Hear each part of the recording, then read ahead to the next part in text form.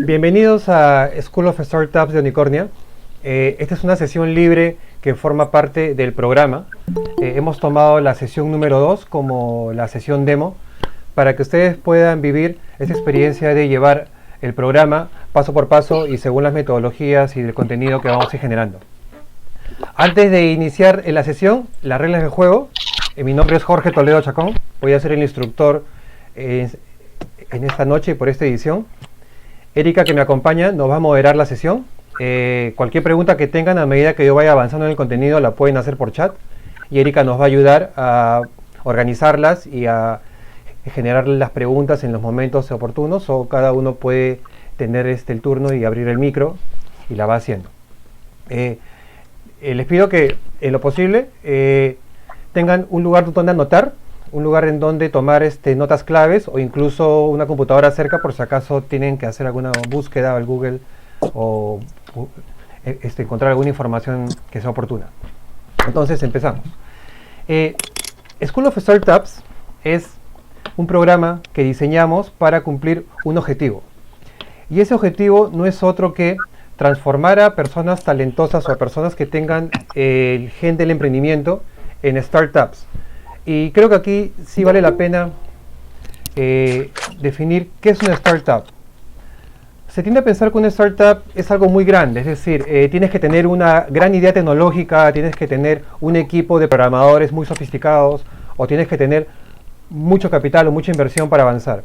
Y sí, en algún momento del camino del startup los vas a necesitar, pero no al inicio. Al inicio, una startup es considerado una unidad de negocio rápida, es decir, es una persona o varias que se reúnen para encontrar una solución a un problema real, a un problema que existe, un problema que tiene data y que tiene hechos. No que solamente uno cree que el problema puede existir o cree que alguien lo tiene, sino con validación. Entonces, este programa de School of Startups lo que quiere hacer es que las personas que tengan interés por llevar adelante un modelo de negocio, una idea o resolver un problema que es real, tengan la hoja de ruta correcta para llegar desde no tengo la menor idea de cuál es la idea que voy a desarrollar, ni cuál es el proyecto, ni cuál es la solución, y sesión por sesión vayan quemando las etapas hasta convertirse en esta empresa tecnológica que trabaje no solamente para un mercado grande, sino para incluso un corporativo, porque se puede aplicar los dos caminos. El programa tiene 9 semanas. Cada semana se desarrolla 2 sesiones. Cada sesión es diferente la una a la otra, ¿no? Hoy día vamos nosotros a iniciar con la sesión número 2, que es básicamente una de las preliminares. La sesión 1 es principalmente una sesión en la cual se analizan las habilidades emocionales y las habilidades blandas de cada participante para conectarlas con el contenido personalizado que cada instructor va a ir generando. Entonces, la sesión 2 es donde entramos ya en materia, ¿no? Entramos a saber cómo distinguir la idea de la ejecución. ¿Qué es primero? Encontrar el problema o tener la idea y luego validar si encaja con el problema. Y todo eso es lo que vamos a resolver en este momento. Entonces, lo primero que vamos a revisar para iniciar la sesión es que las sesiones de School of Startups de este programa de desarrollo de negocios tecnológicos, cada sesión de 90 minutos se divide en 3 etapas. La primera es 20 minutos que le dedicamos al desarrollo del tema en sí, 40 minutos que dedicamos luego a la aplicación de esa información, de ese tema, en el proyecto específico que ustedes tengan, o en la idea que ustedes quieran desarrollar, o en la solución que estén pensando implementar. Entonces, de esa manera, en los 40 minutos que vamos a dedicar a desarrollar el tema aplicado a los casos de uso, podemos responder cualquier pregunta, podemos personalizarlo al detalle. Lo importante de este programa, y uno de los aspectos fundamentales, es que los fundadores de startups, que son los instructores principales de School of Startups, lo que hacen es, les dicen aquello que va a salir mal y aquello que va a salir bien. La mayoría de programas de formación solo te dice aquello que va a salir bien y teóricamente aquello que podría salir mal, y siempre es el depende. En el caso de cada sesión de School of Startups, lo que hacen los instructores, que son fundadores reales de startups reconocidos, es los orientan tema por tema en aquello que puede salir mal. Por ejemplo, si están desarrollando una solución y el instructor detecta que la solución no encaja con el problema, se los va a decir y les va a decir, mira, tienes que cambiar rápidamente de argumento porque si no puedes perder el dinero que ingrese por las primeras ventas o puede hacer que los usuarios te abandonen rápidamente por esto y por lo otro. Usualmente no hay ningún lugar, ni en internet ni en el mundo real, donde tú puedas adquirir esa información. Nos hemos preocupado por reunirlo en este espacio. Y los últimos 30 minutos va hacia asignar la tarea de la sesión siguiente, pero también a resolver preguntas específicas que se tengan. No solamente con respecto al proyecto, que es lo que vimos en los 40 minutos previos, sino con respecto a la industria, a los sectores o a cualquier inquietud. Es como un conversatorio. Entonces, empezamos. Esta sesión 2 está enfocada en entender idea y ejecución. Son dos cosas diferentes. Esto que pueden ver ustedes es una línea del tiempo presentada a modo de hoja de ruta de cómo es que una persona que quiere resolver un problema y tiene la solución y quiere lanzar al mercado esa solución debe de seguir. Y lo primero, como ven, es el estadio de identifica y valida el problema. Puede que parezca sencillo, la mayoría lo googlea, ¿no? La mayoría ingresa a un espacio o lo pregunta o lo testea de manera muy ligera, pero en verdad es mucho más profundo de lo que pensamos. El problema lo tiene básicamente el mercado. Es decir, nosotros podemos tener la percepción de que existe en nuestra experiencia o por nuestro conocimiento del sector o incluso por vivencias que hayamos tenido, pero en verdad el problema lo tiene el consumidor, el usuario, el mercado. Entonces, lo primero que se hace en ese estadio es, primero, plantear una hipótesis, ¿no? Yo digo, por ejemplo, a ver, hoy en día el delivery solamente llega hasta la puerta de la casa de las personas, pero hay protocolos de seguridad. Entonces quiere decir que no puede llegar hasta el departamento, es decir, la puerta del departamento de la gente que vive en edificios. Entonces ahí tengo un problema, porque ¿cómo hace el delivery para, sin contagiar a alguien, cruza la puerta de todo el edificio, sube hasta el piso quinto y entra el producto? Entonces ahí puedes tener tú un esbozo del problema y decir, ¿qué solución puedo plantear yo para que el delivery lo deje en la puerta de calle y con mi solución llegue hasta la puerta del departamento? Es una hipótesis. Luego pasas al siguiente estadio, al segundo, que es busca y evalúa qué soluciones viables existen en el mercado actualmente. Y eso es vital. Hoy en día existen cerca de 1.200.000 startups que están enfocadas en diferentes sectores a nivel global. Aquí en Perú tenemos apenas 800 o 900 startups, de aquellas que todavía siguen al frente de sus soluciones. Casi ninguna empieza revisando las soluciones que ya existen, tal vez porque los ecosistemas son un poco desconocidos para la mayoría de startups y esos ecosistemas de innovación de cada país casi empadronan a cada solución que se genera. Pero es importante saber que, por ejemplo, si yo estoy tratando de desarrollar una solución para el delivery de milla corta, ¿no? Que es de la puerta del edificio a la puerta de mi casa, yo tenga claro quiénes son mis competidores antes de yo lanzar una solución. Empiezas googleando, pero también empiezas buscando en LinkedIn, en esos grupos de innovación para ver quién está hablando de eso, o conectas con incubadores, o conectas con ecosistemas como Unicornia, que tiene casi empadronados a cerca de 250.000 startups de todo el mundo, y definitivamente te vamos a poder decir quién está haciendo algo parecido, similar, idéntico o diferente, pero complementario. Segundo punto. El tercer punto de exploración, porque se dan cuenta que recién vamos explorando cómo encontrar el problema, es plantea un equipo inicial con el cual arranques. Es decir, tú eres el fundador o la fundadora y arrancas con el problema y dices, ok, yo lo voy a resolver. Aún no sé cómo, pero lo voy a resolver. Lo más estratégico sería que al menos se lo cuentes a una persona que tú creas que puede llevar contigo como cofundador o como colaborador clave este proyecto. Muchos eligen un tecnólogo o una tecnóloga, es decir, alguien de base de programación o alguien que sepa cómo codificar. Y esto principalmente porque cuando me preguntan, ¿alguien que inicie una startup necesariamente tiene que ser una persona de base digital o de base tecnológica? Y la respuesta es no. El 95% de los startups, de los fundadores de startups en el mundo, no tienen base tecnológica. No saben programar ni en HTML, ni en Java, ni en Python. Son solamente usuarios de computadora. Pero lo que sí saben es explicar su idea. Saben explicar el problema y saben explicar qué posibles soluciones podrían encajar. lo hablan con pasión y lo hablan de una manera evangelizadora. Entonces, eso es clave en el primer fundador, que pueda subir a bordo a alguien que complemente esas habilidades o competencias que necesitas para seguir adelante. Y a partir de ahí se dan cuenta que la línea cambia de color. Y cambia de color porque hasta ese punto los 3 primeros estadios pueden cambiar. Puedes retroceder y volver al tercero nuevamente, retroceder y volver al tercero, o volver al segundo y luego retomar. Pero a partir del cuarto, cuando empiezas tú a construir un modelo de negocio, ya es mucho más complicado retroceder. Es ahí donde los fundadores de startups decimos que cada retroceso cuesta dinero.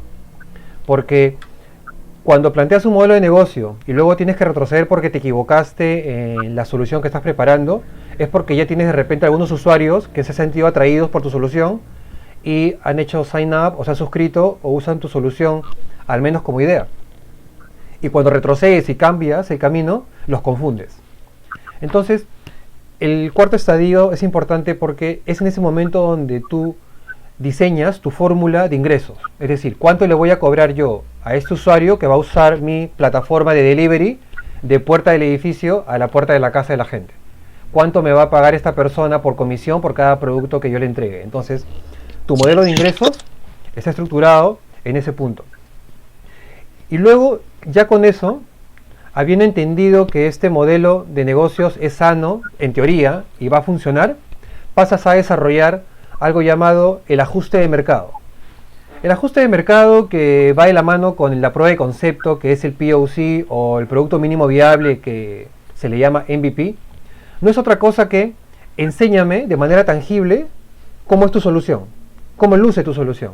Es decir, el usuario necesita tocarla, sentirla, necesita destruirla incluso. En ese punto te das cuenta que haber subido al equipo a alguien que sepa al menos hacer un HTML o desarrollar un website o incluso utilizar algún servicio de nube gratuito sirve de mucho porque te ayuda a preparar una maqueta.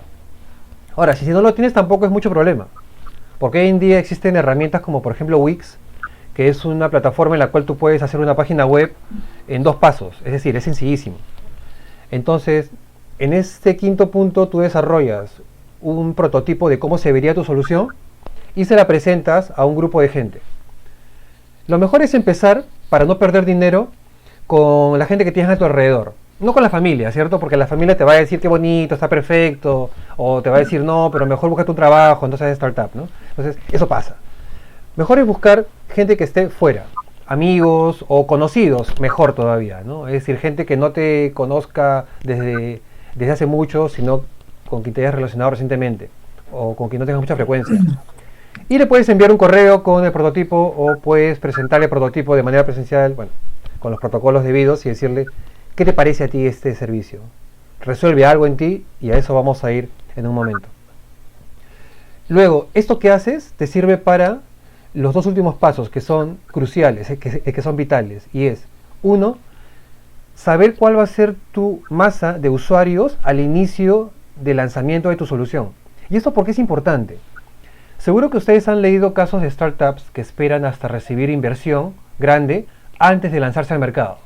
Es un error, y es un error frecuente, porque cuando tú esperas a recibir la inversión, por ejemplo, de 100.000 soles, para lanzarte al mercado, si tu solución no está aprobada todavía con el mercado, lo que vas a hacer es vas a quemar ese dinero, y cuando retrocedas a la versión número 2, ya no vas a tener con qué.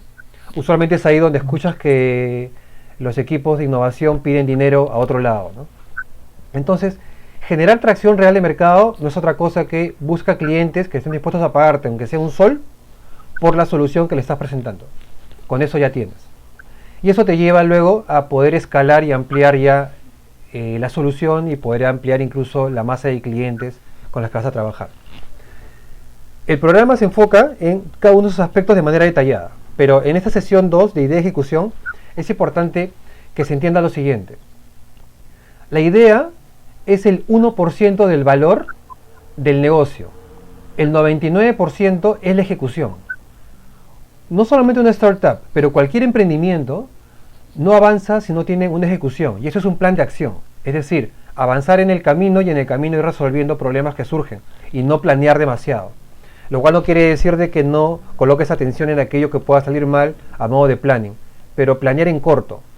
Entonces, La idea y ejecución se diferencian porque mientras la idea es diseñar algo que posiblemente funcione, la ejecución es mira cómo lo pruebo a medida que voy avanzando y lo uso a modo de filtro.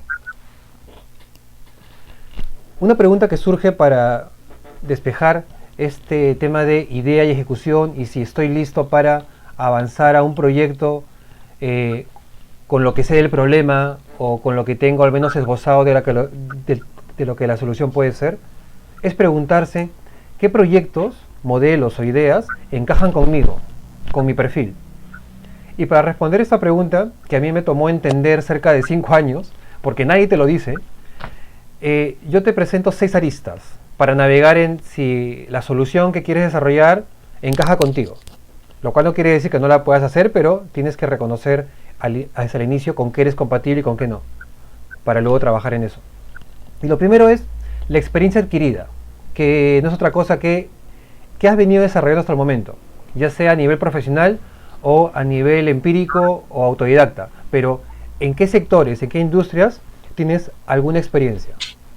A partir de ahí, tú vas a extraer ciertas palabras claves o ciertos conocimientos del mercado o de diferentes proyectos en los que has estado involucrado para saber qué camino seguir, qué solucionar. Usualmente me preguntan de, por ejemplo, si alguien que es ingeniero puede desarrollar temas de medicina, y la respuesta es sí. Pero su pregunta ahí es, ¿el ingeniero estuvo involucrado con algún sector de medicina que le haya dado el insight o el conocimiento que debe de seguir? Si la respuesta es sí, entonces vamos por buen camino. Pero si, por ejemplo, es alguien que ha trabajado en topografía de mina y el proyecto que quiere desarrollar es neurocirugía o está vinculada con la neurocirugía, lo puede hacer, pero va a tener que subir a bordo gente que lo complemente o va a tener que aprender al menos de eso en el camino del desarrollo de su startup. Entonces, eso es. Lo segundo es la visión.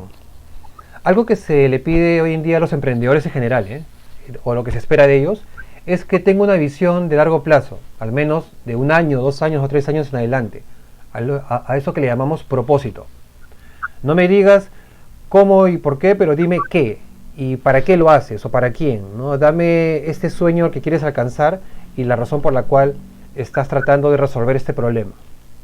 Van a encontrar que, por ejemplo, muchas personas dicen yo emprendo este negocio tecnológico o este startup porque quiero ganar dinero, ¿no? Porque quiero convertirme en un unicornio, o sea, valer más de $1.000 millones, o porque quiero codearme con diferentes tipos de personas, pero no son en verdad motivaciones reales. La verdadera motivación debe ser que tú tengas enfrente un grupo de personas que está sufriendo porque tiene un problema y tú tengas ese altruismo por querer solucionarlo, por querer derribar ese problema y por avanzar más allá de eso. Entonces, la visión es muy importante. También te permite avanzar en el proyecto cuando las cosas van saliendo no tan bien.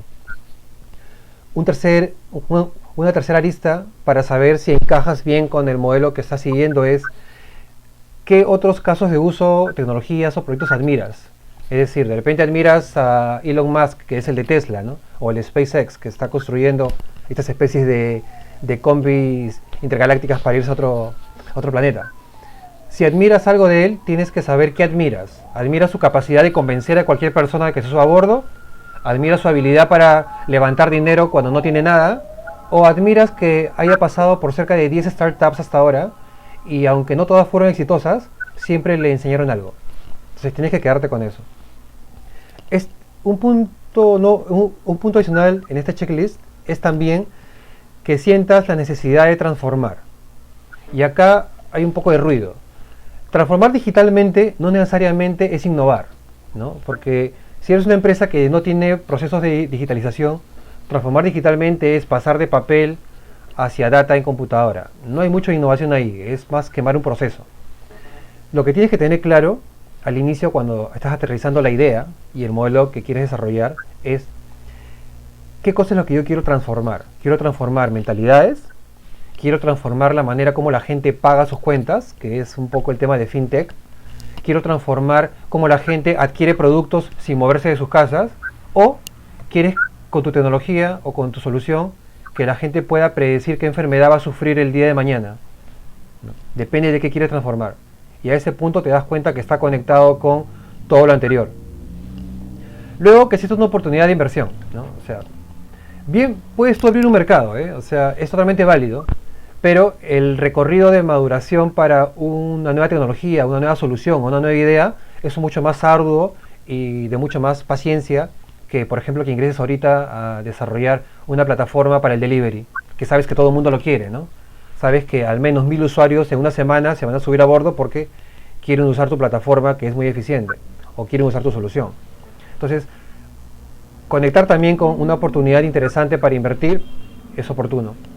Y luego, que también está conectado con lo anterior, es que estés buscando recolocarte laboralmente, pero en otro nivel. ¿A qué me refiero con esto? Muchos startups, sobre todo en Latinoamérica, han dejado sus empleos en empresas grandes o en corporativos porque se dieron cuenta de cuál era el problema dentro del corporativo, pero no podían resolver el problema desde dentro porque tenían muchas limitaciones. Entonces, ¿qué hicieron? Salieron. Y al salir, desarrollaron un modelo de negocio disruptivo, como le llaman, que compite contra el modelo de negocio tradicional del corporativo. Y esto lo hacen, acá en Perú se le llama, o se le ha empezado a llamar el efecto Yape, ¿no? Porque Yape es una startup que se creó dentro del BCP. Es decir, no es que BCP comprara Yape que venía de afuera. Dos colaboradores de BCP formaron Yape y se lo vendieron al BCP como un proyecto interno / externo. Y hoy en día son los CEOs o los gerentes generales de Yape dentro del BCP. Es decir que su recolocación laboral se multiplicó por 10, porque pasaron de ser alguien del equipo de innovación a ser líderes de innovación de una línea de negocios que hoy en día es fuerte dentro del BCP. Entonces, son 6 aristas que conviene entender, que conviene aterrizar para saber si las ideas o los proyectos en los que estás involucrando hace sentido con tu perfil. Porque, y acá sí, en mi experiencia, yo tengo 8 años desarrollando startups, tengo 3 mías y he desarrollado startups para otros.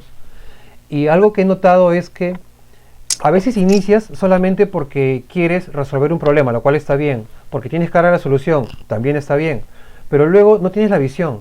Entonces, un competidor, porque siempre ves que un competidor, termina teniendo esa visión de largo alcance y te sobrepasa. Entonces, siempre es bueno hacer un checklist de esos 6 puntos y decir, ok, ¿lo tengo o no lo tengo? Y si lo tienes todo, bien, y si no, lo vas desarrollando.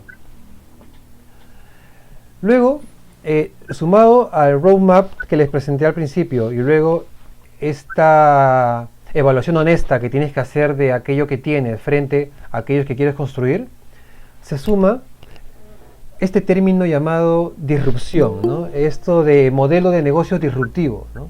¿Y qué quiere decir eso? O sea, ¿qué es la disrupción? Algo que ocurre mucho en la innovación es que se piensa que la disrupción es hacer todo de nuevo o cambiar todo el esquema del juego. Y en muchos casos lo es. Por ejemplo, un caso de disrupción es Food Tech, que Food Tech es tecnología para alimentos. Que lo que hace hoy en día los startups que hacen desarrollo de Food Tech es tratan de alterar genéticamente la semilla para que lo que crezca ya sin toxinas o crezca tratando de integrarse con otros alimentos y producir otro tipo de beneficios. Eso es disrupción porque estás cambiando la regla del juego. Ya no estás cosechando algo, sino lo estás alterando genéticamente en laboratorio de manera saludable, pero para que se produzcan otros resultados. Pero no todo tiene que ser disruptivo. Y ahí viene el tema del modelo de negocio, ¿no? Ustedes pueden incluso irme compartiendo algunas ideas que tengan sueltas de modelos de negocio, cosa que me pongo en contexto y les voy respondiendo cómo actuaría la disrupción con respecto a algo que están formulando, ¿no? Pero aquí ven ustedes 4 escalones, ¿no? Que creo la mejor manera de explicar cuándo es una idea de cambio, cuándo es una adaptación, cuándo es una innovación y cuándo es una disrupción. Importante es entender que estás hablando de algo que es básico cuando la solución que estás construyendo puede ser digital, pero resuelve un problema que varios están resolviendo, pero hay espacio en el mercado para hacerlo. Por ejemplo, los taxis por aplicativo. Se dan cuenta que por más que tú contrates con Cabify o pidas un Bit o pidas un Uber, si ingresa otro jugador, también tiene mercado. Solo tiene que diferenciarse en algo, como por ejemplo, no cobrarte en efectivo, sino con una tarjeta recargada, y ya está, tiene mercado. Eso sería un primer modelo de negocio básico. tecnológico, digital o ciertamente emprendedor, pero básico. Un estadio 2 en ese escalón de ver si tu idea es disruptiva o no, o debería serlo, es el inicial. Y esto es, tienes ya la solución, que ciertamente es digital, que está dentro de un entorno donde hay varios jugadores y tienes espacio, pero además tu solución se puede integrar a otras. Imagina esto, imagina que en este momento todo el mundo está tratando de entender cómo conectar al bodeguero con el proveedor, es decir, con las empresas de consumo masivo, y cómo hacerlo con no solamente los protocolos de seguridad, sino con optimizar el presupuesto del bodeguero en la compra.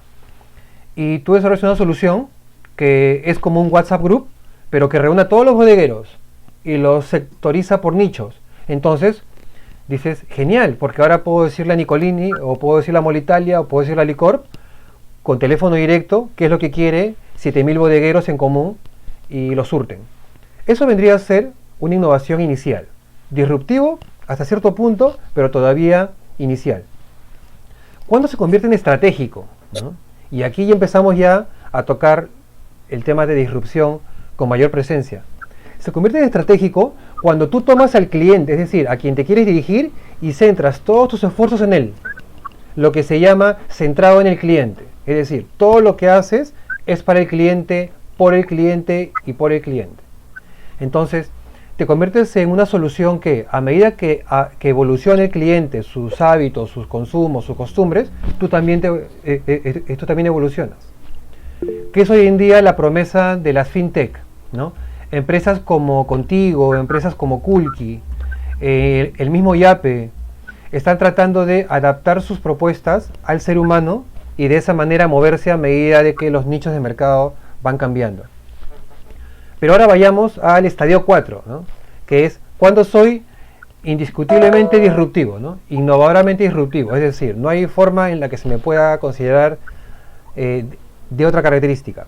Y esto es cuando has cumplido los 3 primeros pasos, es decir, trabajas en una categoría donde te distingues porque tienes un beneficio adicional, aparte puedes integrarte a otras soluciones, además te centras en el cliente, pero en el cuarto le agregas algo más, y es que aprendes de los datos que vas acumulando.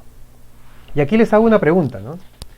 ¿Cuántos de ustedes conocen alguna empresa, solución, tecnología que aprenda de la data que reciben para personalizar cualquier tipo de interacción?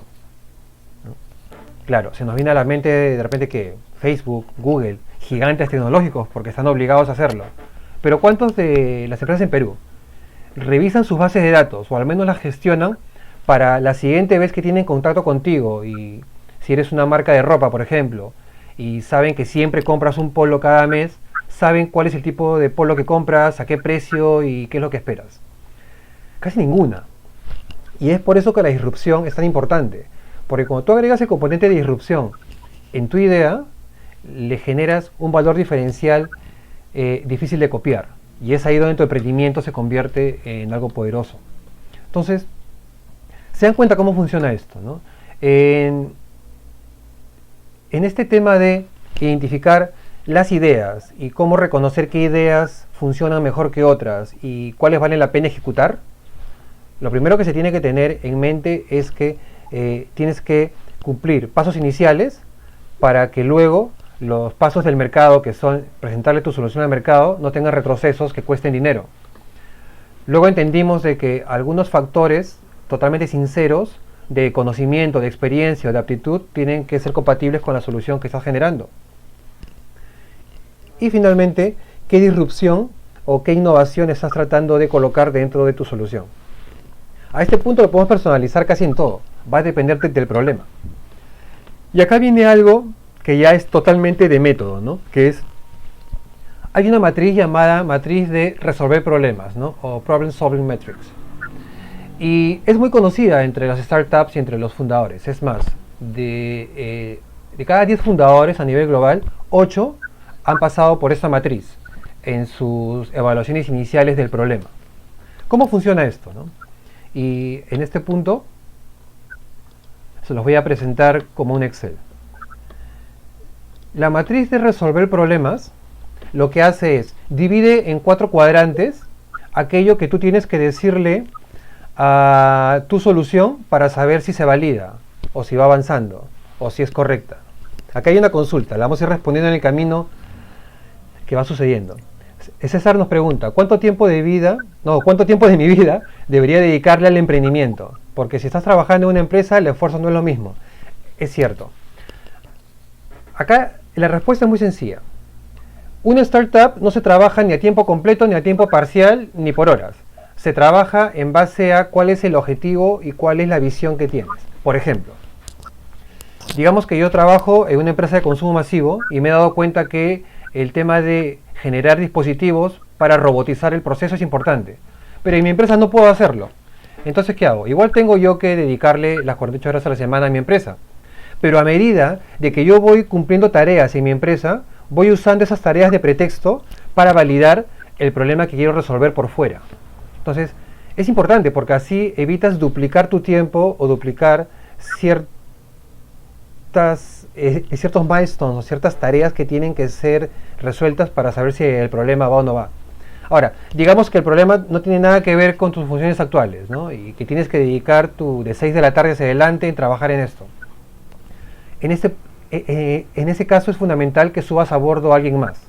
Es decir, puede ser una startup de una sola persona, pero ahí sabes de que vas a quedarte hasta las 12 de la noche trabajando. Mira, muchos lo hacemos. Es más, cuando yo estaba trabajando en proyectos que no han tenido que ver con mis startups, me quedaba de 6 de la tarde a 12 de la noche o a la 1 de la mañana.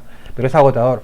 Pero luego cuando subí a bordo un cofundador que me compró la idea, a quien pude evangelizar, él hacía esta parte que para mí era muy complicada, que era muy tediosa. Y a mí me dejó solamente la toma de decisiones. Entonces funcionó. Entonces, a ese respecto, ¿cuánto tiempo dedicarle al emprendimiento que quieras hacer? Va a depender de dos variables. ¿A quién más tienes en tu equipo? ¿Quién más puede junto contigo empujar este proyecto sin necesidad de que te cobre, ¿cierto? Porque en ese momento no tienes la inyección inicial.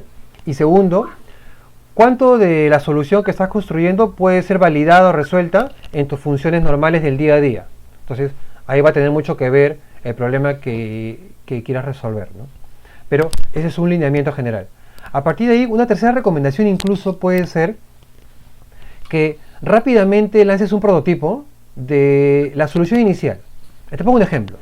Digamos que quieres desarrollar una solución para la contabilidad y te vas a orientar a un nicho de mercado que no entiende contabilidad.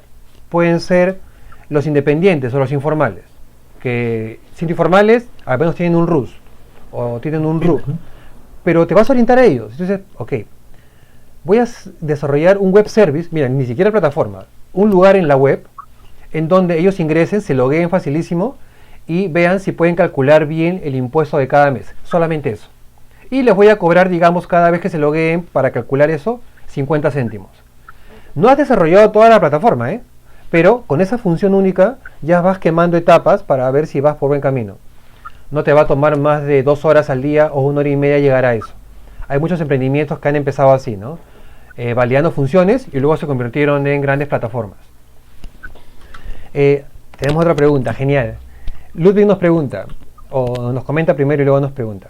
O sea, si no tengo equipo no podría hacer una startup, pero si no conozco a alguien, ¿dónde puedo conseguir a personas interesadas con el mismo objetivo? Porque ciertas tareas se dividen y se dedican. Eso es verdad. Tú puedes iniciar tu emprendimiento, esa startup, sin equipo, ¿eh? Eso es válido. Mi primera startup la inicié solo y estuve solo por 3 años y medio, hasta que subí a un cofundador. 3 años y medio, ¿eh? Y en esos 3 años y medio pude facturar cerca de $200,000, o sea, solo en una cantidad de funciones que tenía yo en mi plataforma. Así que sí pude hacerlo. Pero, ¿cómo llegué a hacer eso? Lo primero es, me concentré en aquello en lo que soy bueno. Es decir, si mi solución tiene 20 características o 20 funciones, me concentré en las 5 en las que soy totalmente bueno, que no me cuestan trabajo. Entonces, de esa manera, pude lanzar al mercado en el tiempo que tenía y sin necesidad de conocer a alguien más, solamente aquella parte de mi solución que le iba a servir a un grupo de personas, pero que no me demandaba subir a más gente. Ahora, ¿dónde encontrar cofundadores? Eso también es importante.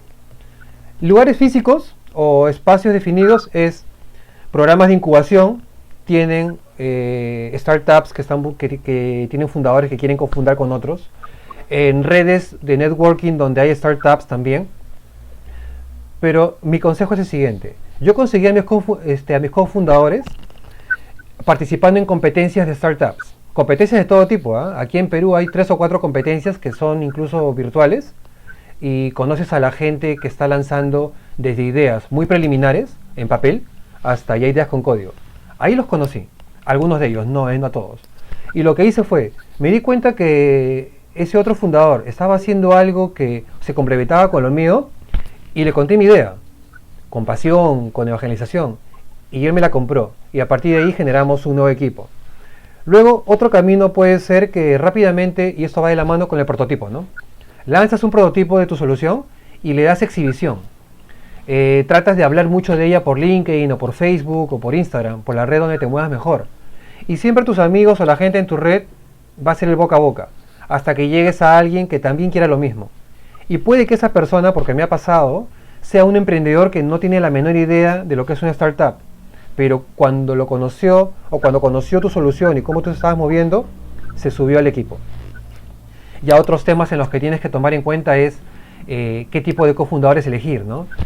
Trata de elegir socios o cofundadores que no rivalicen mucho, no con tus ideas, porque siempre es bueno compartir ideas, pero con formas de ser. Vamos a decirlo así, si ambos son fosforitos o son conflictivos o se encienden rápido, eso puede terminar mal, ¿no? Pero si el cofundador es el complemento de ciertas habilidades blandas que tú no tienes o tienes que fortalecer, es una buena idea. Otro aspecto también, yo lo mencioné al principio, es si tú eres bueno con la ingeniería, busca a alguien que sea bueno con el código. Si eres bueno con el código, busca a alguien que sea bueno con la investigación científica. Siempre complementos. Otra pregunta. Alejandro nos pregunta, ¿cómo podría implementar la tecnología blockchain a una startup? ¿Es necesario pagar a un equipo de programadores o contratar un servicio de consultorías? No sé si hay en Perú. Primero, el blockchain, para lanzarla como una startup, tiene que tener un sector al cual te diriges. O sea, es una de las tecnologías tal vez dependientes de un mercado. Porque como el blockchain lo que es distribución de datos que tienen diferentes puntos de control a medida que yo tengo contacto con el ingreso de datos para luego validarse en un funnel superior. Necesitas, por ejemplo, atender a un canal de distribución. Digamos que desarrollas una startup de blockchain para resolver los problemas de Natura. Y dices, ok, pero ¿por qué Natura? Porque el modelo de negocio de Natura se basa en diferentes vendedores.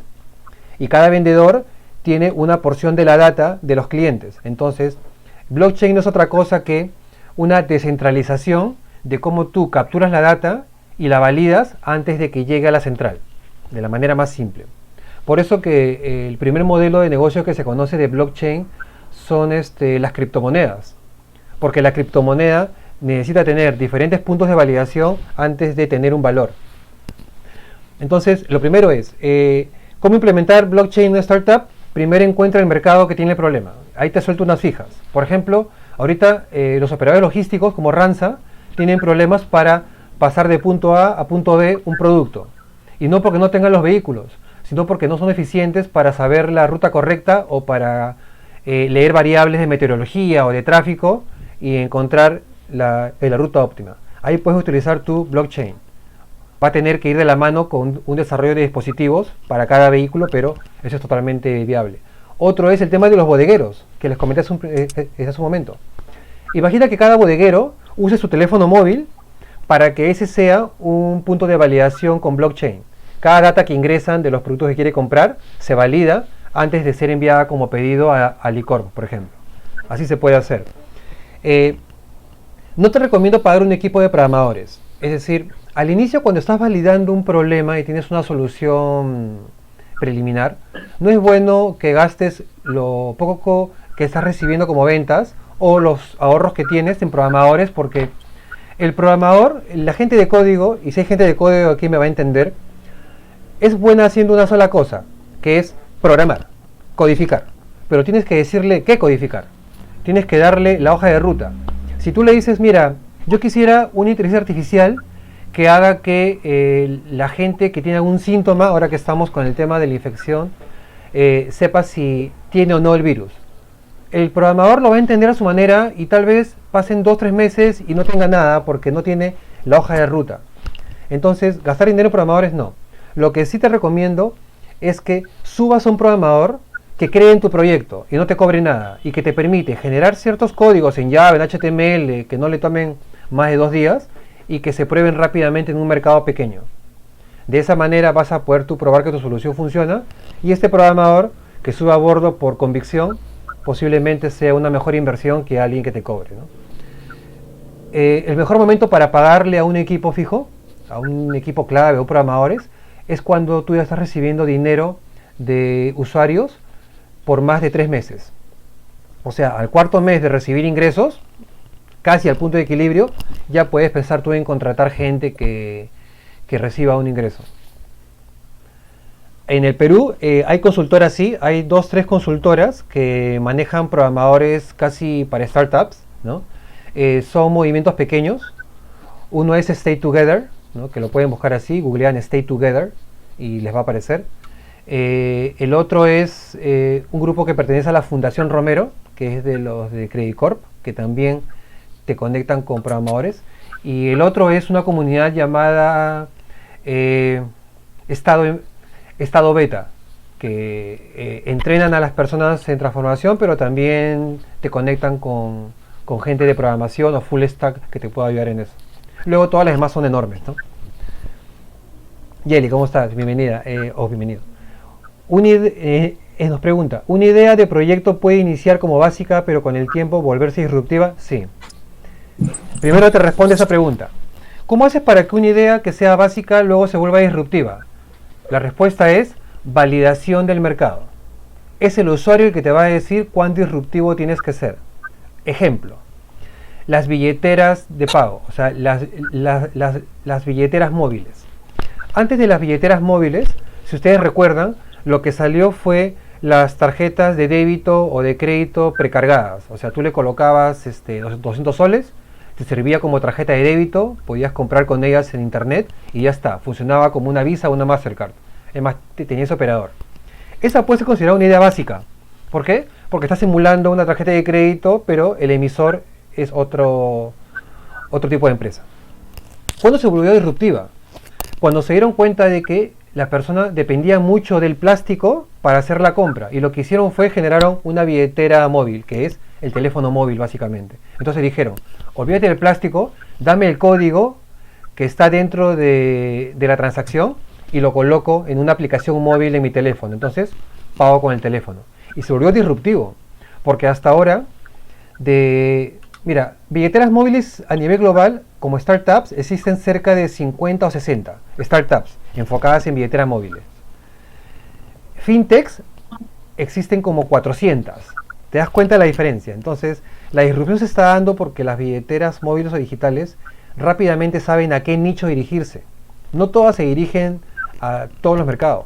Hay billeteras móviles para aquellas personas que compran ropa. Hay billeteras móviles para aquellas personas que pagan sus estudios.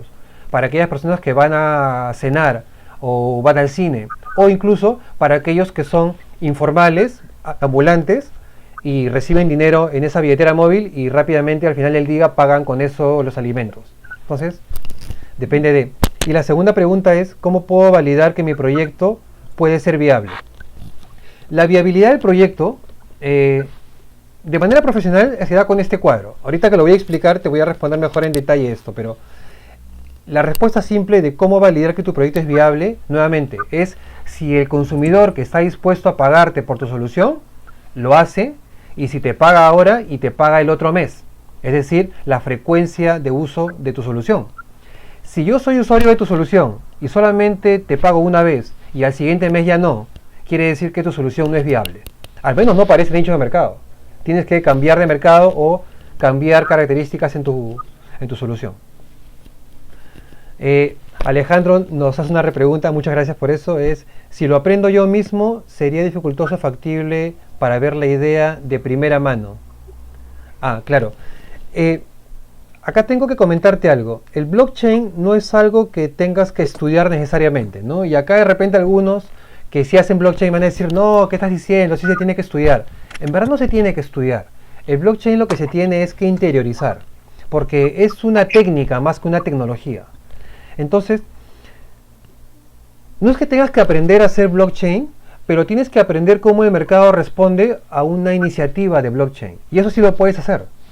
puedes iniciar, por ejemplo, como te comenté, identificas el problema y sabes, por ejemplo, que 1000 bodegueros necesitan llevar un control digital en tiempo real de su pedido. Tú dices, ok, pero no voy a tomar a los 1000, voy a tomar a 10 bodegueros. Y a esos 10 bodegueros los hago interactuar con un Google Form. Mira lo que te digo, un Google Form, algo que se puede hacer en 2 minutos. Lo entregas, o sea, lo entregas a cada bodeguero y les pides que interactúen, y esa experiencia de que tú veas cómo la data luego baja en el Excel o en la base de datos del Google Form, ya es el inicio del blockchain. A partir de ahí tienes tú que colocar las métricas, los KPIs y los Unit Economics para saber si tu idea es viable y si estás avanzando en el problema. Pero a partir de ahí ya puedes, si quieres, llevar cursos o llevar un poco más de formación. Pero no es un requisito necesariamente que tengas que adquirir el conocimiento. Lo que tienes que adquirir es la práctica que luego te dé el conocimiento. Entonces, vamos a pasar a esto para explicarles un poco, porque luego se los voy a dar como tarea en el Drive compartido y ustedes ya lo van a poder desarrollar. ¿De qué se trata la matriz de resolver problemas y encontrar la solución a partir de eso? No lo voy a hacer muy complicado, porque esto es materia de cada uno experimente, pero como se dan cuenta, hay dos filas, el problema y la solución. Antes de pasar al problema, antes de pasar a la solución, ustedes tienen que haber desmenuzado, desarrollado cada aspecto del problema que quieren impactar. Y esto es por una simple razón. En el mundo del emprendimiento y desarrollo de emprendimiento, más allá de que tenga startup, tecnología, disrupción, en el mundo del emprendimiento, cuando tú asumes el problema, vas a tener un punto de quiebre de no recuperación. Porque estás tratando de resolver un problema que existe aquí, pero no que existe fuera. Entonces, esta matriz es tan simple que lo que te pide primero es que tú coloques un objetivo, ¿no?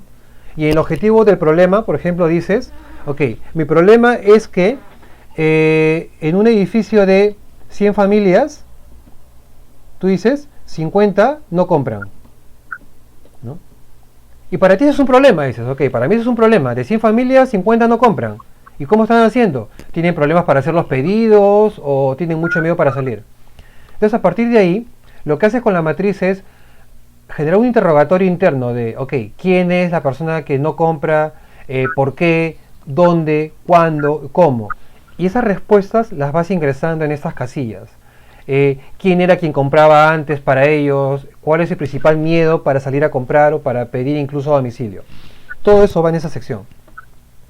Y luego tienes que organizar por prioridades cuáles de esas respuestas, cuáles de esos interrogatorios, estos que estás hecho acá, son desde críticos, importantes, obligatorios, opcionales o, ¿sabes qué? Esto no es una variable. Como por ejemplo, que la persona te diga, mira, yo no salgo a comprar porque en verdad no me gusta cambiarme los zapatos cada vez que entro y salgo. Eso en verdad no tiene fundamento para resolver el problema, ¿no? Es accesorio.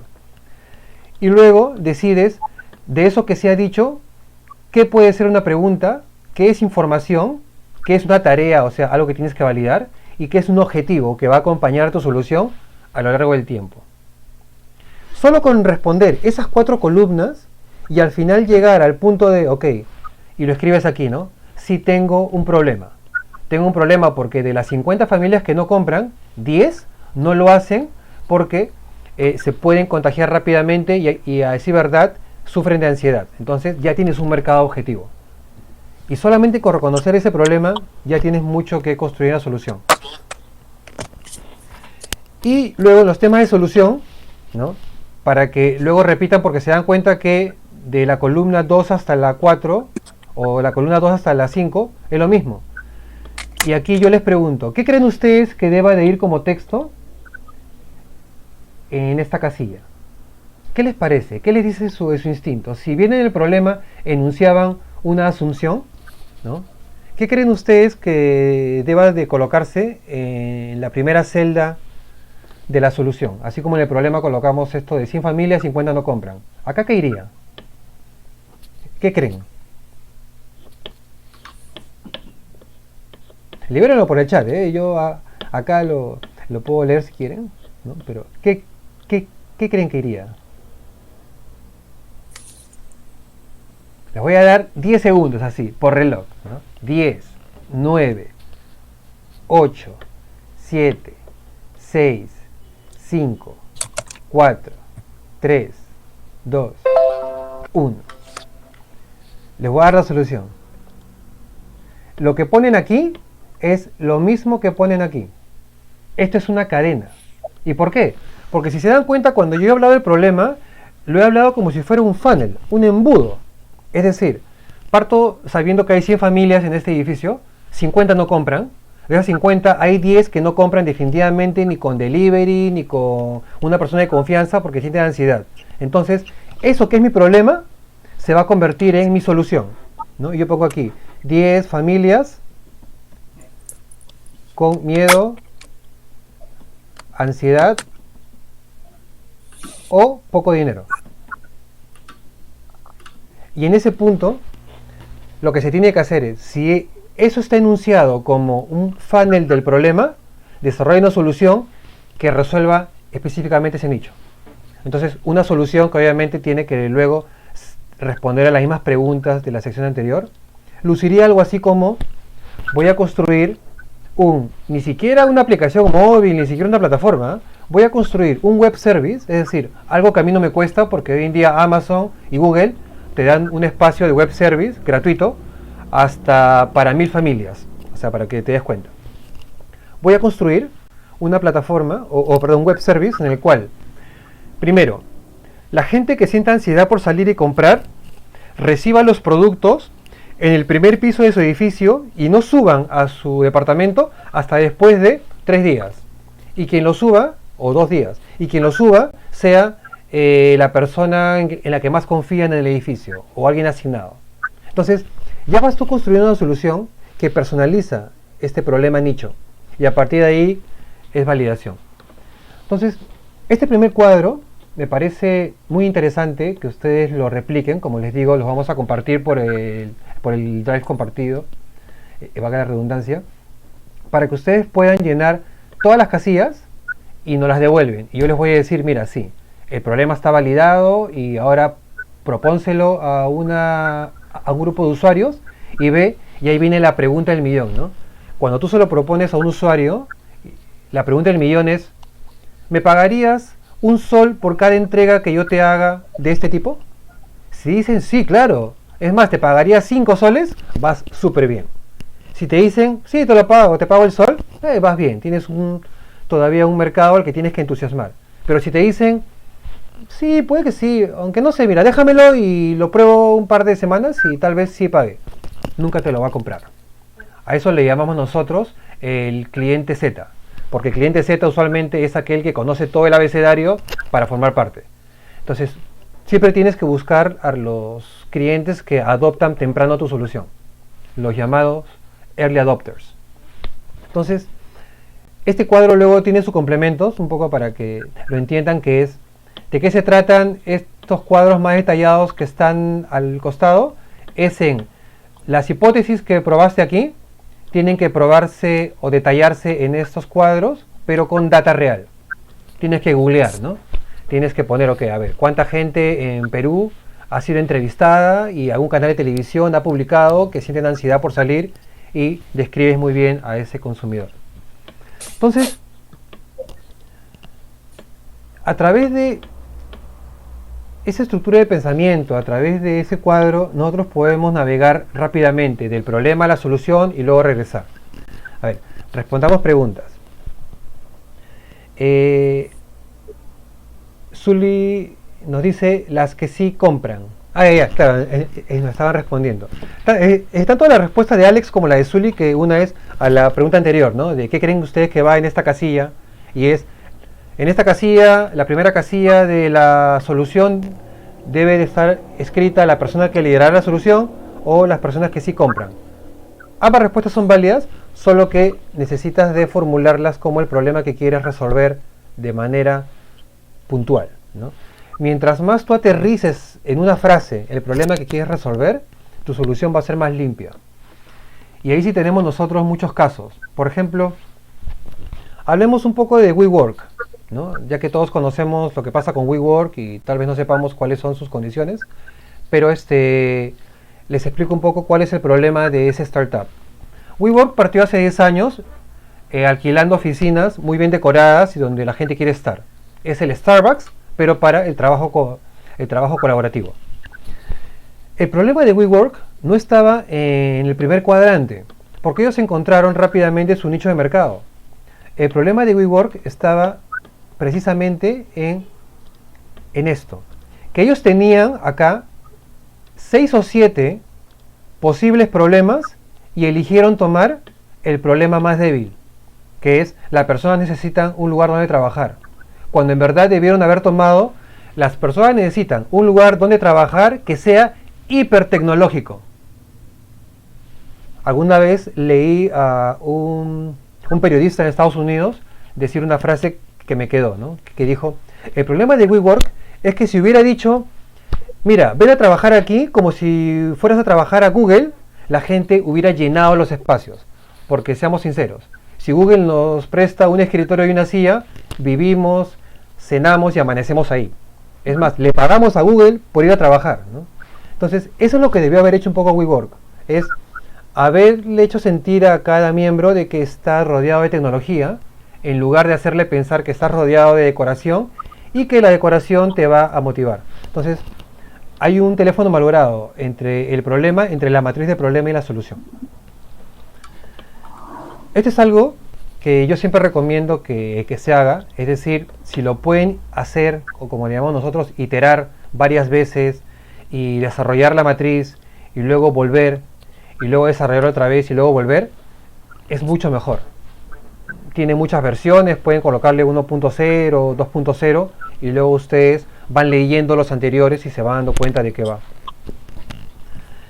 En este punto me gustaría que me cuenten qué ideas tienen en la cabeza que quieren desarrollar, cuáles son las expectativas que tienen en este programa. Ya estamos en la parte de conversatorio, en los últimos 30 minutos. Les estoy dejando de tarea esto. Sé que no tienen la obligación de hacer la tarea, pero me haría sentir muy bien que la hagan y así poder revisar y darles un norte de por dónde deben conducir. A ver, acá hay unas preguntas. Jelly pregunta, ¿un proyecto debe solucionar siempre un solo problema o puede solucionar varios problemas? ¿Qué es mejor? Genial pregunta. Cuando empezaron los startups a resolver problemas, los llamaban problemas verticales, ¿no? Decían, por ejemplo, yo voy a resolver el problema de la energía renovable. Entonces, era una sola solución, una única solución, resolviendo el problema de toda una industria. Igual ha pasado con FinTech, FoodTech. Desde hace unos 3 años, los startups, tal vez por esta cantidad de pilotos que construyeron para diferentes industrias, cayeron en cuenta en algo. Y es que startups que habían construido un código para hacer delivery, el código también servía, por ejemplo, para la telemedicina. O también servía, por ejemplo, para resolver problemas de logística pesada. Entonces, es ahí donde se dan cuenta de que hay un término llamado usabilidad que va de la mano con el desarrollo de tu solución. Hoy en día tú puedes estar pensando en una idea o en una solución que apunte a un mercado pequeño y sin tecnología, porque ¿quién dice que una startup a fuerza tiene que ser tecnológico? Nadie. Puede ser un servicio muy bien planteado. Y piensas que ese servicio o esa solución impacta en esa industria. Pero, a decir verdad, eso que estás construyendo como prototipo, si lo presentas a otros mercados, te vas a dar cuenta que bien puedes estar resolviendo los problemas de los minoristas o los retailers, consumo masivo, las clínicas o la educación. Y hoy en día las startups se están dando cuenta de que sus códigos son multiusables, ¿no? ¿Qué es mejor? Es mejor partir siempre resolviendo el problema de una industria y luego diversificarte cuando ya la controles. O sea, aquí se cumple la regla de marketing de la no extensión de línea hasta que te hayas ganado el lugar. Así como en marketing se dice, cuando hayas lanzado una marca de aceite, no la estires en 20 tipos de aceite en menos de un año. Igual, en startup se dice, primero resuelve un problema al que apuntas y cuando ya hayas ganado clientes, cuando tengas un punto de equilibrio en ingresos, dedícate a resolver los problemas de otra industria, porque si no, te puedes confundir. Además que cada industria necesita un tiempo para validar y para madurar el proceso. Cristian, bienvenido, nos pregunta, si recomiendo realizar un proceso de Design Thinking para descubrir mi solución. Sí, totalmente. Cualquier acercamiento que ustedes tengan a metodologías ágiles es totalmente compatible con todo lo que hacemos en el programa de School of Startups. Porque nosotros nos paramos en diferentes metodologías para presentarles este tipo de diagramas o este tipo de matrices, por ejemplo.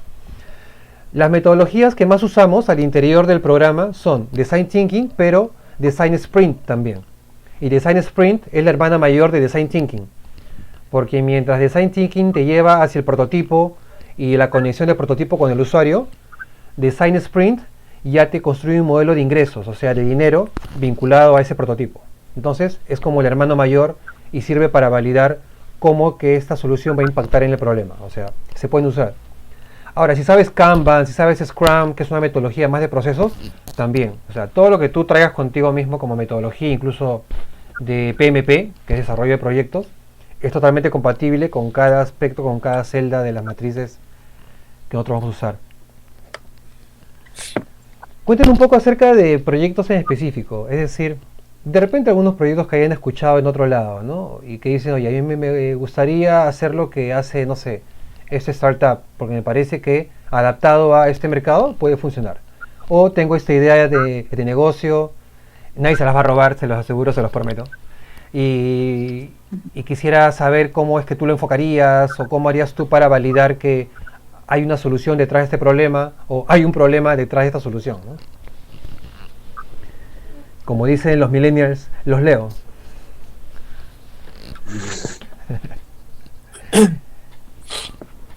O también incluso pueden abrir su micro, porque, vamos, también las sesiones nos permiten abrir el micro y hablar, ¿no? Están invitados, cualquiera de ustedes, a abrir el micro y me cuentan de qué va. Bueno, en este momento, dada la coyuntura, seguramente están teniendo problemas, pero había una startup en España, que ahorita no recuerdo el nombre. ¿Y qué hace el startup? ¿Sí? Sí, ¿y el startup qué hace? ¿Esa startup española qué hace? Sí, a eso justamente. Ah, Estaba enfocada a estudiantes universitarios, digamos, entre un segmento de 20 a 23 años más o menos, 24, 25 años, que al no tener dinero, pero con el uso de un carro, digamos, si yo quería ir de repente, no sé, pues de un fin de semana de repente al sur, ¿no? Y yo tenía mi propio auto. Ponía en una aplicación, en una plataforma, que estoy yendo, digamos, a un grupo de amigos, estoy yendo en tal día, salgo a tal hora, y otra persona de repente que estaba en la ruta, o de repente también quería ir al sur, se anotaba. Obviamente había un protocolo tipo de seguridad, tipo muy similar a lo que hace Uber o otras aplicaciones de taxi, pero se pagaba automáticamente, ya sea con tarjeta o se podía pagar también en efectivo directamente al conductor, ¿no? Entonces el conductor, por un lado, ganaba recomendaciones, ganaba también dinero por transportar a un pasajero que era de su confianza, y la otra persona, en lugar de gastar de repente en un taxi, podría compartir el ride con otras dos personas, ¿no? Claro, seguir el modelo de negocio de los carpool. Sí, pero digamos a grandes distancias, no claro. Tanto a taxis, ¿no? Era un poco más grandes distancias. Sí. Y la verdad que fue en Europa, porque bueno, todo es más cercano de repente. Podías ir de un país a otro con 2 o 3 personas de forma segura, y la verdad que fue un boom en España, ¿no? Sí. Mira, no, ahorita ya es un poco complicado, ¿no? Una adaptación disruptiva, bueno, voy a decir primero innovadora y luego ver cómo lo hacemos disruptivo, de ese modelo de negocio en la coyuntura, sería, por ejemplo, la siguiente, ¿no? Hoy en día, los 20 y tantos países que conforman la Unión Europea igual tienen que trasladar a su gente de un lugar a otro, ya sea por avión o por tierra. Usando ese modelo de negocio, lo que te daría ese startup es la seguridad de que la gente que está transportando, ya sean 3 o 4 personas, todas comparten una misma salubridad, es decir, no hay riesgo de contagio ni entre ellos ni hacia afuera. Ahora, ¿cómo pruebas eso? La aplicación tendría que tener un proceso de recopilación de test y luego hacerle un tracking de esas 4 personas o 5 personas que se están movilizando y luego tener una ruta de contagio si alguna se enfermó o se enferma después. Pero si lo quieres adaptar a la coyuntura, sería un servicio que podría reinventarse o podría migrar hacia una aplicación que te dé la seguridad de saber con quién estás viajando y a partir de ahí controlar mejor tu ruta de contagio. O sea, es una primera idea, ¿no? Luego a partir de ahí podrías incluso tener desde usarla para transportar productos o transportar mercaderías de manera más eficiente, ¿no? Pero sí, o sea, capacidad de reinventarse sí hay. Sí. Gracias. No, gracias a ti, Carlos. Ludwig. A ver, Ludwig. Ludwig nos hace una pregunta medioambiental. Ahí está. Me dice, sobre compostar en Villa El Salvador. ¿Sobre qué? En Villa El Salvador, de hacer basura, solo sé que la gente no sabe aprovechar bien el exceso de basura. A ver, trato de entender. El problema es que en algunos lugares las personas desechan su basura o la dejan en un lugar, pero sin tomar conciencia de dónde la están dejando o si en verdad es basura lo que se están dejando en un lugar o se están deshaciendo. Voy a entender la pregunta por ahí, ¿no? Y claro, cuando tú dejas basura amontonada en un lugar, luego hay un daño medioambiental, pero sobre todo, antes del daño medioambiental, hay un daño operativo. Porque no sé si todos sabemos a dónde es que va toda la basura que nosotros dejamos en las puertas de nuestras casas. Al final, eso va a una especie de repositorio, y dependiendo de qué distrito sea en el que vivas, el repositorio puede ser muy moderno, o pueden ser un par de personas clasificando lo que es orgánico y lo que no es, para luego dejarlo en una especie de relave, ¿no? ¿Qué solución se me ocurre en ese punto? Mira, en ese punto yo veo un conjunto de soluciones, pero voy a partir desde la primera. Y esto es, ofrecerle a cada familia una herramienta, y ahí sí creo que sería válido, una herramienta de reconocimiento de objetos. Miren por dónde voy, ¿eh? Imagina esto, imagina que tu teléfono móvil tenga una aplicación o se conecte a un servicio que abra la cámara y te permita grabar los productos que tienes en el basurero. Entonces, con inteligencia artificial vas a reconocer los objetos como botellas de plástico, desperdicios orgánicos y diferentes. Hoy en día la inteligencia artificial te permite reconocer ese tipo de detalles. Y te envía una especie de dashboard donde te indica, oye, lo que estás botando se va a degradar en 20 años y lo otro se va a degradar en 30 minutos. Así que, bueno, en 2 días tal vez. Así que sepáralo. Y te da instrucciones para que tú dividas o autorrecicles todos tus desperdicios. Eso puede ser una primera solución, ¿eh? ¿Cuánto pagarías por eso? Yo creo que eso lo puede pagar el usuario o también lo pueden pagar los municipios. O sea, ya va a depender del modelo de negocio que tú quieras aplicar. Pero tranquilamente una familia que sea ecorresponsable, obviamente, porque aquellas que no lo sean, pues no le van a tomar importancia. Pero las ecorresponsables te podrían pagar hasta 10 soles mensuales por el uso de esa aplicación, ¿no? O sea, caminos hay. Jorge, buenas noches. ¿Me escuchas? Sí, te escucho perfecto. Sí, ¿qué tal? Quería comentarte, yo tengo una idea de negocio que estoy desarrollando, pero tengo un problema con llegar a conseguir gente para poder entrevistar, con un canal inicial. Es una idea de generar una plataforma tecnológica que conecte a psicólogos con personas que necesitan ayuda psicológica, pero especialmente enfocada a gente de bajos recursos, que no tiene suficiente dinero para pagar una consulta psicológica que está alrededor de 100, 150 soles. Y lo que justamente lo estoy enfocando en personas que tienen depresión y ansiedad, que son como los trastornos más recurrentes. Y en ello, una barrera que he encontrado es que es muy difícil por ahí conseguir y entrevistar gente que tenga ese cuadro de depresión o ansiedad, porque generalmente no son de contar, o les da un poco de vergüenza contar su problemática, lo que les está pasando. Y tengo ese problema, no sé bien cómo llegar igual también a ese contexto que estamos todos en nuestras casas, no es tan fácil acceder a ellos. Estoy viendo por la parte virtual de repente poder conseguir entrevistar a ellos, pero quisiera de repente tener unas recomendaciones de qué podría hacer. Sí, mira, la solución ahí igual puede estar orientada, me parece, en 2 segmentos. El primer segmento, en el que se me ocurre en el que podemos orientar la solución, es usar un bot, que hoy en día los bots, que son los chatbots, existen ya como plantillas.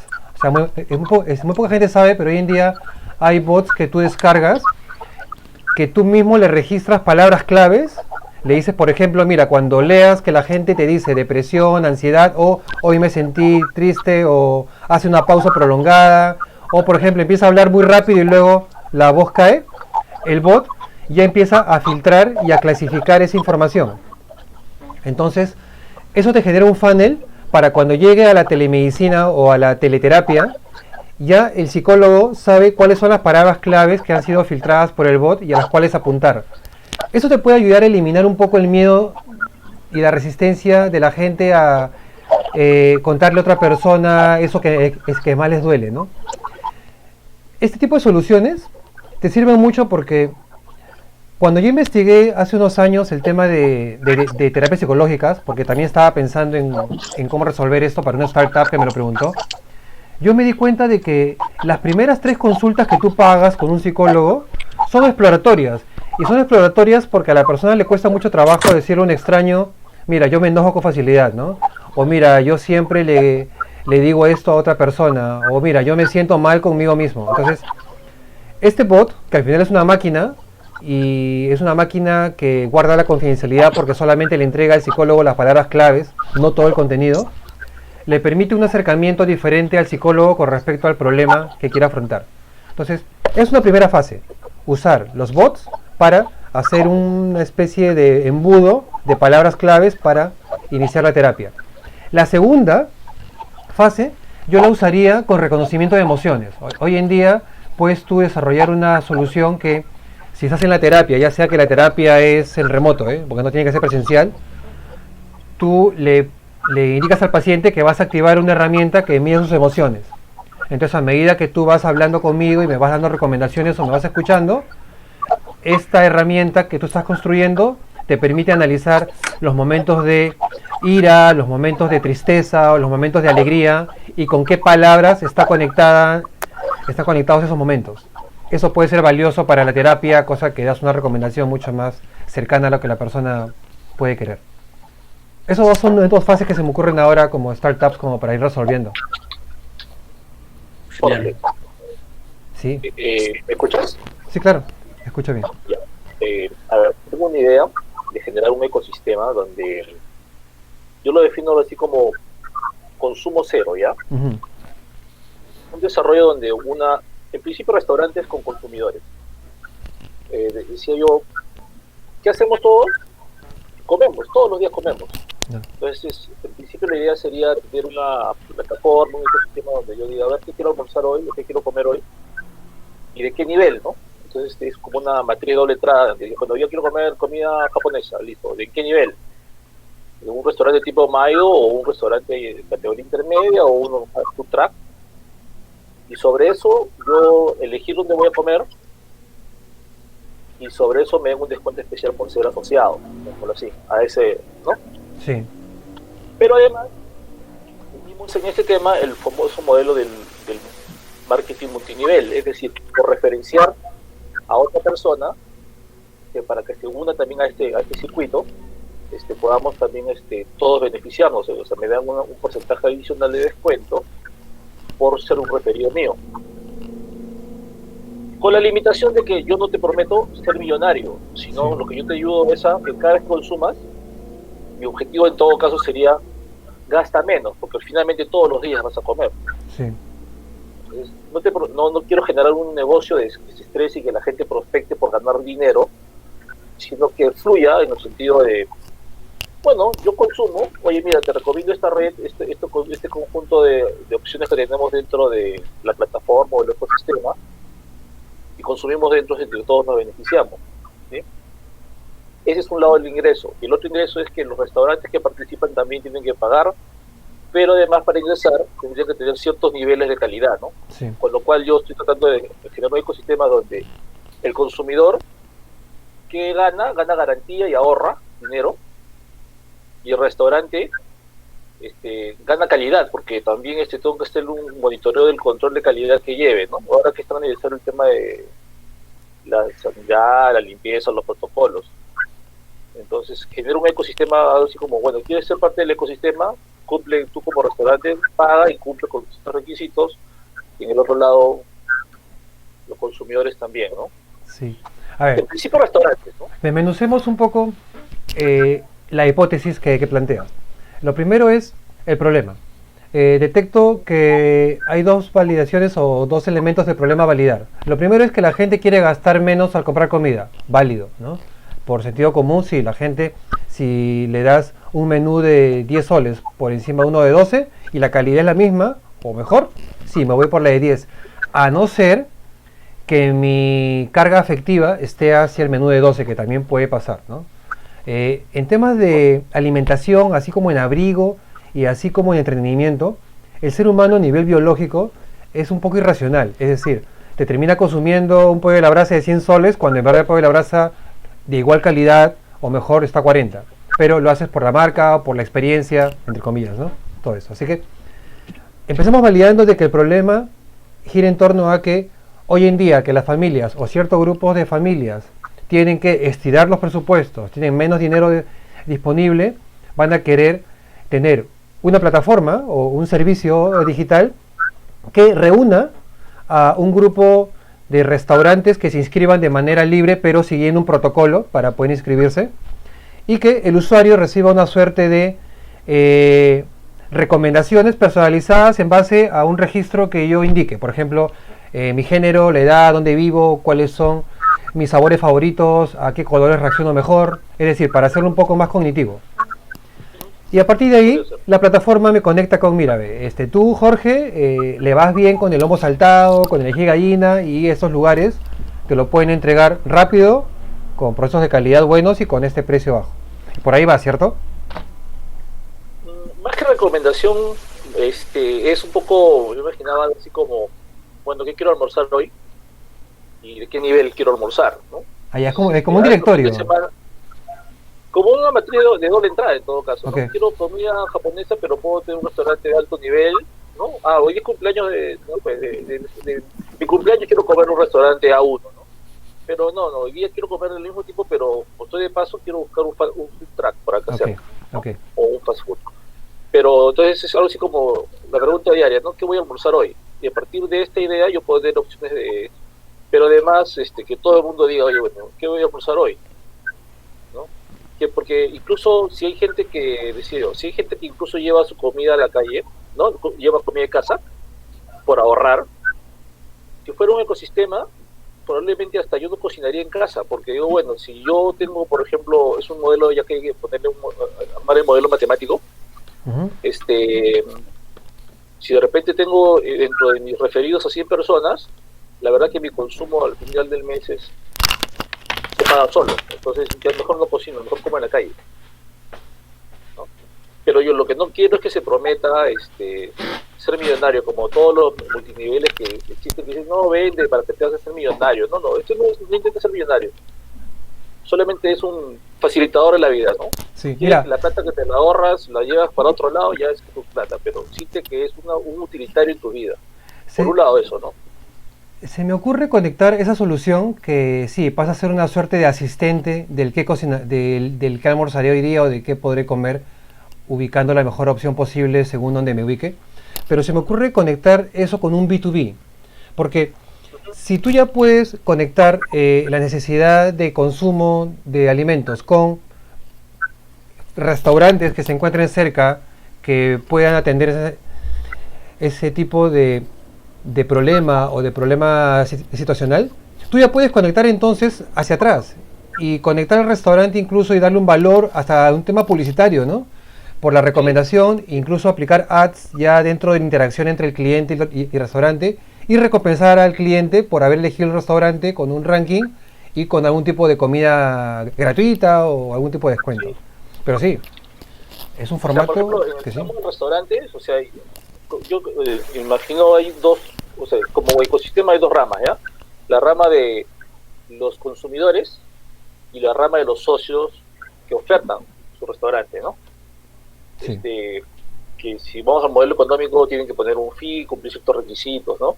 Incluso el modelo podría ser hasta más purista, generar su propia cadena de alimentos, ¿no? O sea, sí, el claro. modelo de crecimiento futuro, voy a comer en los restaurantes propios de la cadena, ¿no? Algo así como que tenga yo mis opciones pollo, pizza, rap, de todo tipo de restaurantes, pero son de repente incluso propias del mismo ecosistema creado por el ecosistema, ¿no? Como una marca propia. Eso es un tema de visión de futuro, ¿no? Incluso hasta suena como una tecnología o una solución que una empresa de delivery como Rappi o como Uber podría apostar, porque termina por cerrar un círculo que ellos no controlan, ¿no? Que es cuando el cliente se acerca al producto. Sí, claro que sí. Y hoy en día, no sé si lo has leído, pero la mayoría de aplicaciones móviles como las de delivery están buscando cómo cerrar o verticalizar su proceso, ¿no? O sea, tener controlado ya todo. Podrían hacer hasta Dark Kitchen, ¿no? Ahora que están de moda. Exacto. O sea, un Dark Kitchen de Globo con otra marca, no sé, algo parecido, probablemente. Sí. Sí, claro que sí. Porque el comportamiento que creo que va por ahí es un poco acercar hacia un sistema entre ofertantes, o restaurantes y consumidores en una actividad. Por ahora restaurantes, ¿no? Sí. Y ya el volumen se vuelve a ser, o sea, si el referente es como digo yo, la garantía o la exigencia de calidad que tienes que ofrecer ese servicio, ya se puede ampliar a otras categorías, ¿no?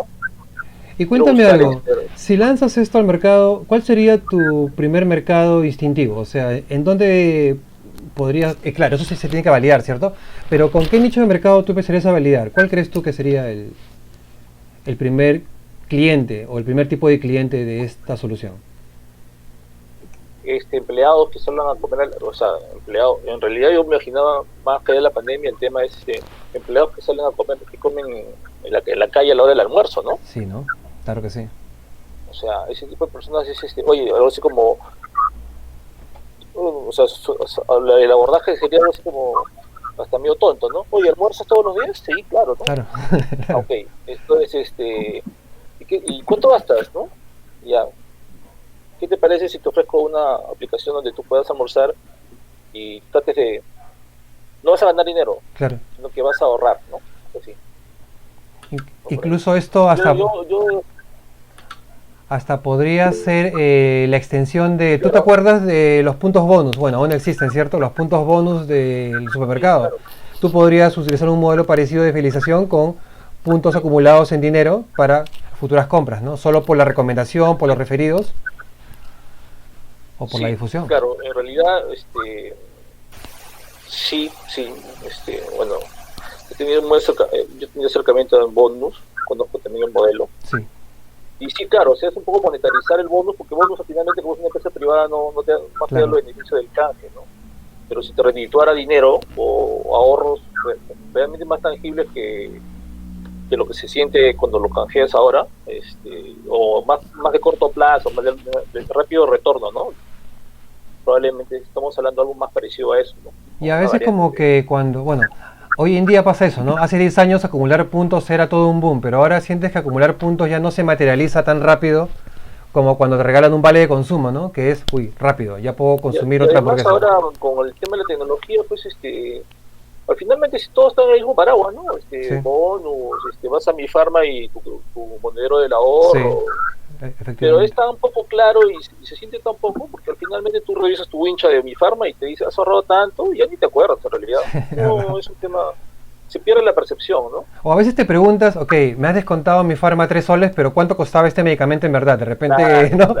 De repente costaba 20, lo pusiste a 23 para descontarme 23 soles, ¿no? Sí, en el otro yo siempre decía, en el pensamiento es, bueno, si yo me gasto 20 soles o 10 soles diarios, gasto 300 soles al mes en almorzar en la calle, ¿no? Puedo trabajar 30 días, y si al final siento que, oye, mira, he gastado solamente 150, ya sientes que, valió la pena, ¿no? Te das cuenta, ¿no? Sí. Entonces, por ahí va el modelo, ¿no? Pero también hay un tema que no lo he terminado de desentrañar, porque, por ejemplo, en el mundo del multinivel, cuando uno habla de multinivel dice estafa, ¿no? Sí, claro. Vivimos traumatizados con esto. Si no has vivido en el multinivel, no lo puedes explicar que hay un modelo detrás donde sí es el consumo el que le mueve la rueda, pues, ¿no? Y bueno, lo que pasa es que hay la promesa de ser millonario, pues entonces sí, claro. eso también te genera te desenfoca un poco, ¿no? Ahora, si no recibes plata. Cuando yo revisaba el multinivel, o sea, el multinivel como modelo de negocio es bastante exitoso. Lo que pasa es que es el producto detrás del multinivel el que le hace daño al modelo. Sí. Sí, claro, porque el sistema de referidos de cualquier servicio es el multinivel. Lo que pasa es que es la promesa exagerada de volverte rico, tener un auto o tener muchas propiedades y al final se enriquece uno y se empobrecen los demás, que distorsiona el modelo. Pero bien aplicado, o sea, es Claro, muy eso rentable. funciona, ¿no?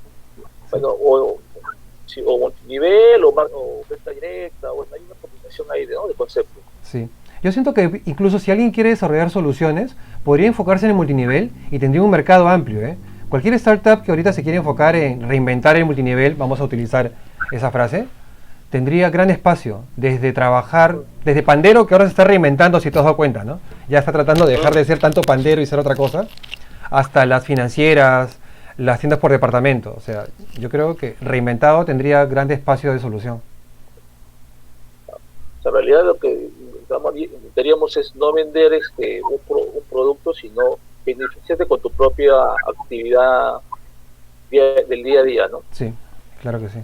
Pero genial, ¿eh? Ojalá que puedas echarlo a andar, aunque sea en una validación inicial, con alguna solución que hasta la puedes maquetear fácil, porque no requieres de mucho para probar que la gente quiera conectarse a ese tipo de sistemas. Perfecto. A ver, tenemos una pregunta de Fátima. A ver, ¿qué nos dice Fátima? Fátima nos dice, hola Jorge, por ejemplo, mi pareja tiene una startup que se llama American Homeschool. Enseñan idiomas a peruanos y extranjeros, clases personalizadas. Tiene 2 cofundadores, uno en Perú y otro en Estados Unidos. Tiene diseñadores, profesores, hasta tuvieron un programador para su página. Todo virtual. Pero antes tenía la modalidad de vincularse con cafeterías y usar instalaciones, pero por la pandemia pararon. El tema es que hasta ahora no logran vender lo necesario. O sea, el tema con las soluciones que funcionan en remoto y con equipos que están en diferentes lugares es que cuando forman el modelo que tienen que probar en el mercado, usualmente lo hacen muy dependiente de una variable. Y en este caso, bueno, nadie esperaba que estuviéramos todos sin capacidad de viajar o estar aislados. Pero cuando estás trabajando un producto educativo, ese mismo modelo que antes funcionaba en situaciones tradicionales y que no tenía mucho espacio, ahora puede ser un boom. Por ejemplo, si tienes un servicio, una startup que está conectando diferentes personas para aprender idiomas, este es el momento. No solamente porque la gente tiene miedo a salir o tiene las precauciones para salir, sino porque las personas están tratando de hacer 1, 2 o 3 o más cosas con su tiempo libre o en su día a día. Seamos honestos, el hacer home office en cierto punto nos demanda más tiempo reunión por reunión, pero también nos deja un tiempo libre interesante que podemos aplicar en otras cosas. Si tu pregunta va por el lado de cómo podrían ellos avanzar mucho más en su startup e ingresar a otros mercados, lo que yo puedo pensar es, no usaría tanto un sitio web, o sea, una página web, migraría más hacia una plataforma. Claro, ahí voy, ¿no? O sea, en vez de construir un landing, que es donde aterrizas y tratas de investigar cómo haríamos, trata de pensar en una plataforma que se puede integrar a otras. O sea, trata de hacer un B2B. Si imagino que ya tienen un código que le permite al usuario aprender idiomas, y si no lo tienes y es presencial, entonces que tu plataforma resuelva un problema que se tiene hoy en día, que es cómo yo conozco a quien me pueda dar el contenido o la información y cómo conecto con esa persona. Por ejemplo, si yo quiero aprender hoy día alemán y no bajo Duolingo y no bajo Babel, que son aplicaciones que me lo permiten hacer, pero yo quiero hacerlo con un ser humano. En este momento no conozco muy bien con quién hacerlo, o sea, a quién le toca la puerta, con quién lo hago.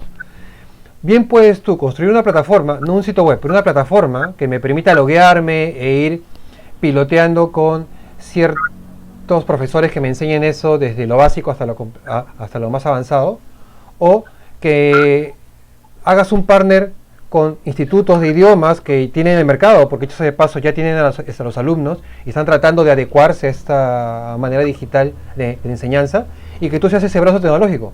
O sea, también puede funcionar por ese lado. Ahora, la pregunta aquí clave sería, ¿cuál es su modelo de negocios? O sea, ¿cuál es su modelo de ingresos?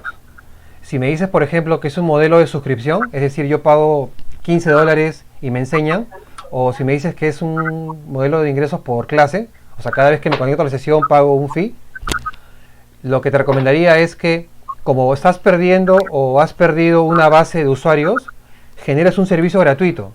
Es decir, un piso de sesiones o de lecciones pregrabadas, si quieres, que te permita atraer una masa grande de usuarios y luego hacerles un embudo hacia un servicio que sí cueste, no sé, $50 o $60.